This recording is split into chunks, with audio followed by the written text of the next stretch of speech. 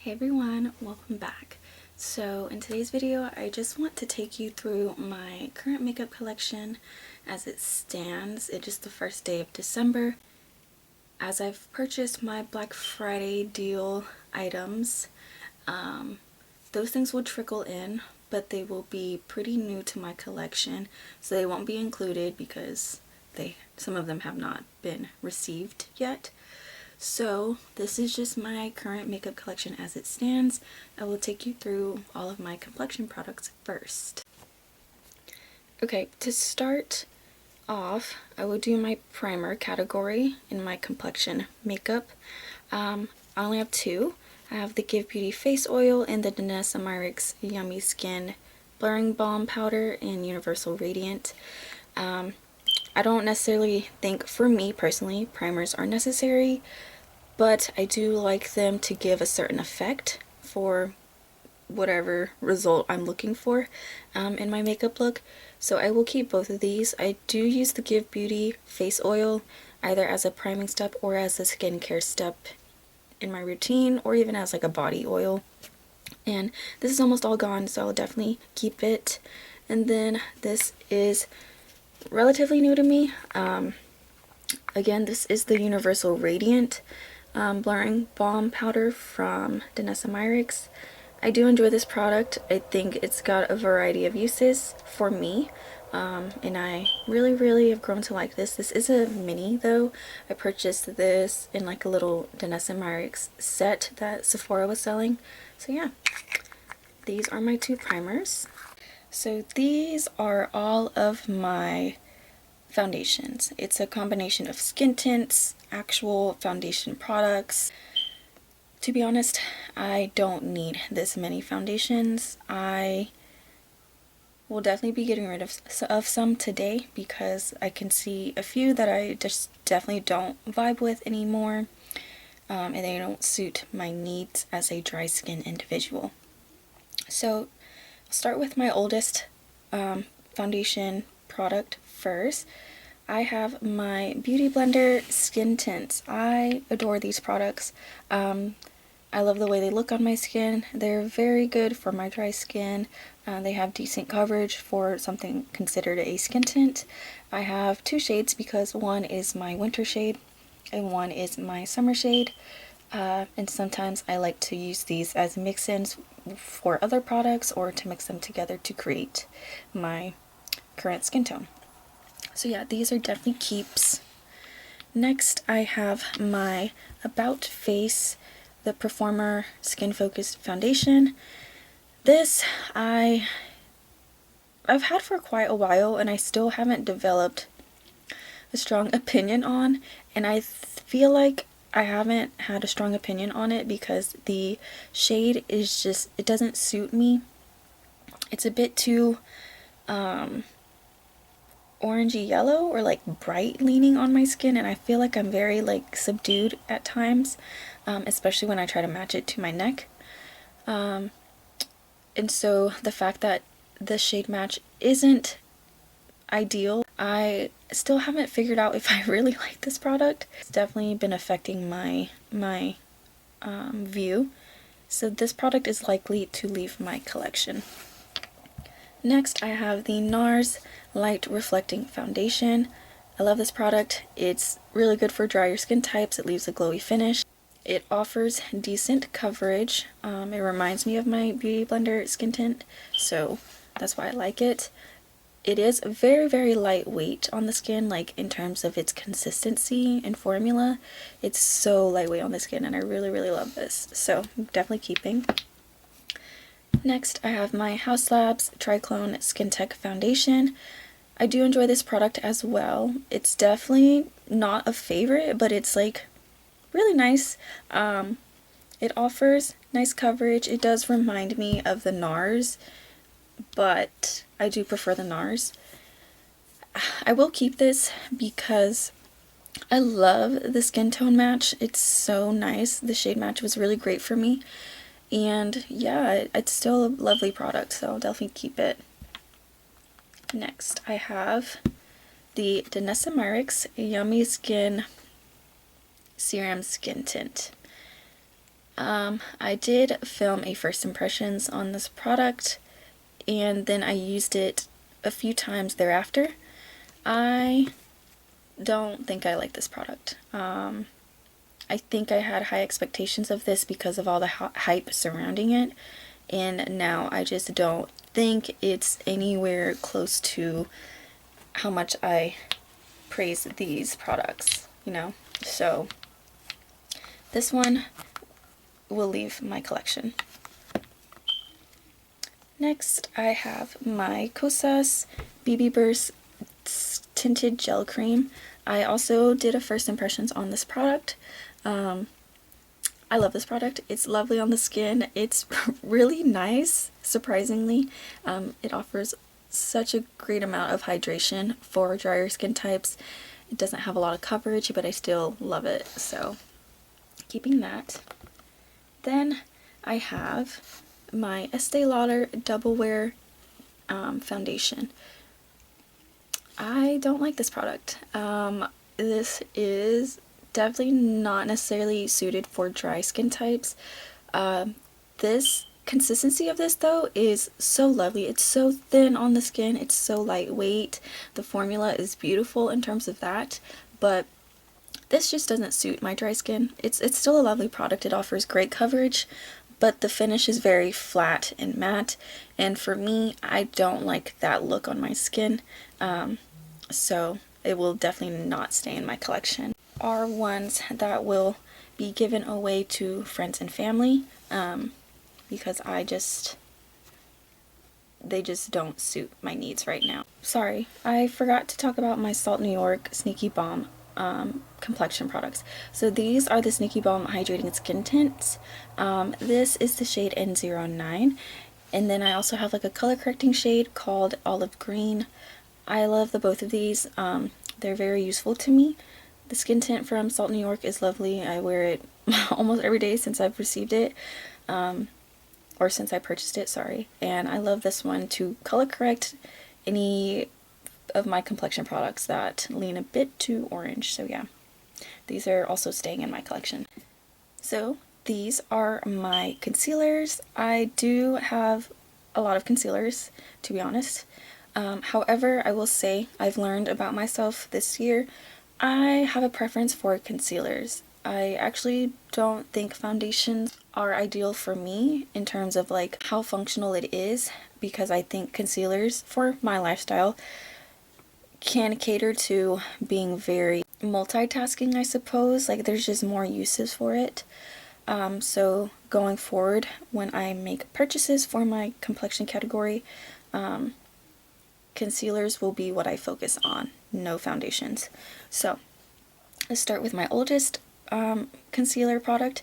I have the e.l.f.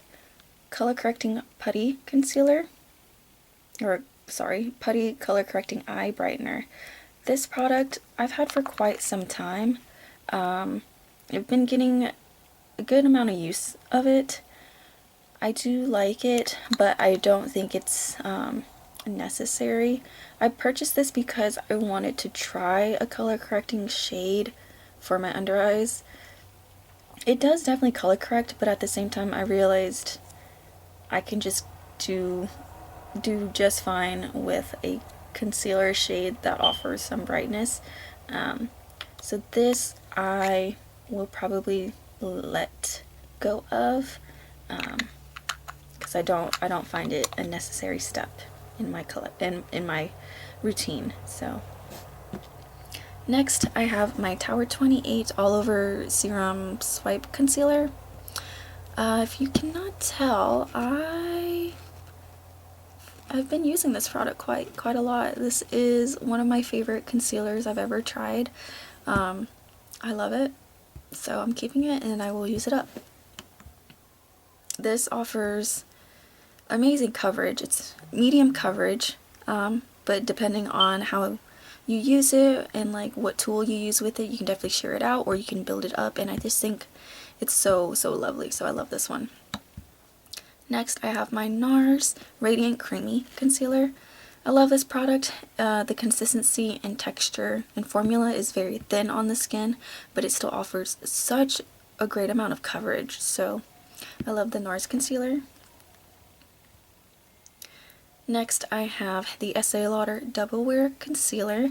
This, although it leaves a matte finish on the skin, I don't mind having it. I definitely prefer, if I am going for a matte look, I would prefer it in a concealer format over a foundation format, because a concealer I'm usually just pinpointing it to certain areas of my face. This offers really great coverage and it lasts really well on the skin. And yeah, I love it. The next two I have are my Lancome Tawny Doll All Over Wear Concealer. These two are relatively new to me. I did feature these in First Impressions video, so definitely check that out if you're interested. I have two because one is a brightening shade for my under eyes or for highlighting, and then the other is kind of like an all-over face shade. So yeah, I love these two. The formula is very thin. It actually is reminiscent of the NARS concealer for me in terms of its thinness, but it's like way thinner, way thinner. So yeah, I definitely love these products, so I'm keeping them. Oh, I actually messed up the lineup. This was actually supposed to go before the Lancome concealers, but it's okay. The Haus Labs Triclone Skin Tech Concealer. This is kind of new to me as well. I don't have a strong opinion on it still. I think it's just okay. It's not wowing me as these others have. And yeah, it's okay. The foundation's definitely better. I will probably let this go. I don't see a use for it. I thought it would be useful to me in terms of like being a really great under eye brightener, like because this is a very light shade compared to all of my others. But you know, I just have a feeling I'm not gonna continue using it even for an eye brightener, especially for my winter skin tone. I think I'm just going to pass on this. Next I have my Salt New York Best Case Concealer in the shade N09. I love this product. It's so versatile. I can use it all over my face for more coverage, or I can just use it under my eyes whenever I need coverage for my under eyes. Love this product. It's staying. Then I have my two minis of the Kosas Revealer Concealer. I love the Kosas concealers. I've only ever bought minis. I've always only purchased the minis in the Kosas Revealer Concealer. I love this formula. It's beautiful on the skin. And I purchased these just to replenish my collection for when my Tower 28 is used up. So yeah, I have two shades. One acts as the under eye brightener or like highlighting shade, and the other acts as an all over face concealment. So yeah. So I will be letting go of my e.l.f. color correcting under eye brightener and my Haus Labs Triclone Skin Tech Concealer. Next category is powders. I do have a mixture of loose setting powders and pressed setting powders that are also baked or just normal pressed setting powders. Interestingly enough, although I have dry skin, I for some reason love powder, which is such a contradictory. But anyways, I will start with my oldest powder first. So I have the Pat McGrath Labs Skin Fetish Sublime Perfection Blurring Under Eye Powder in the shade Medium. This will always be a favorite for me, and it will always be a repurchase. I love the Skin Fetish powder from Pat McGrath. Although it says it's an under eye powder, I use it all over my face as a setting powder. I also do use it under my eyes. It just is absolutely smoothing, but and it has this slight sheen, but it doesn't come across as like overly sheeny or overly like mica look on the face. So I love this powder. It was definitely staying. Next, I have goodness, I have 3 minis of the Fenty Beauty Pro Filter Loose Setting Powder. 3 is excessive. Yeah. So, here's the thing with these. I have two, let me see. I have two in the shade Butter, and I have one in the shade Honey. So these are the two in the shade Butter. Can't you tell that there is a shade difference? So this is what Butter looks like on its own, not mixing with anything. This is Butter mixed with Honey. I bought the shade Honey because when I was at my tannist and I had the shade Butter, Butter that's like this bright color, it just was not suiting my very, very tanned skin. So I bought the shade Butter and it worked very well. But as it grew closer to fall and winter, I started mixing the shade Butter and Honey to get the shade, which is nice. It's great. I love it. But I just now realized I'm just not a mixing person. I hate doing it. It got really messy. I lost so much product from all of these, honestly. And I can tell you right now, I will definitely be decluttering the shade Honey, because although I will eventually get back to this shade, it actually does lean slightly too orangey, and when I do tan, my tan is like cool olive, in my opinion. When I tan, I don't really have a lot of warmth. It seems it's like a lot more like subdued. So, and the shade Honey is very warm toned. So I'm definitely letting go of Honey. Then these two. I do like the fact that I mixed Honey and Butter. I really appreciate that because it allowed me to create a much better tone to suit my midway point between being my most tan and my lightest. So I'll definitely keep this mixture that I made. And then I'll likely also keep the shade Butter, the one that has not been touched by any other powder. Just this is the natural look, because I can wear this during my winter season when I'm at my most pale, or I can continue to mix it with my little mixture here just to get a better shade match. So yeah, going forward, I will never ever ever ever mix loose setting powders or anything like that. Next, I have my Laura Mercier translucent loose setting powder in the shade Translucent. I love this powder. It's stunning, it's beautiful, it's so smoothing on the skin. I love it. It is translucent, and yeah, I love using this, so this is definitely staying. Next, I have my One Size translucent setting powder, the loose translucent setting powder in the shade Translucent. This powder is lovely. This is pretty new to me. I did do a first impressions on it, so if you're curious, you can definitely check out that video. As of right now, the only way I've used it is doing pinpoint setting, so I don't use a velour puff or set all over my face just because it is the winter time and my skin is dry, so I don't want to use a powder in such manner, especially a loose setting powder that everyone raves about for being really good for oily skin types. I can't wait to use this once it starts warming up here, just to see its wear time. But I'm definitely keeping this because I really enjoyed the way it looked on my under eyes.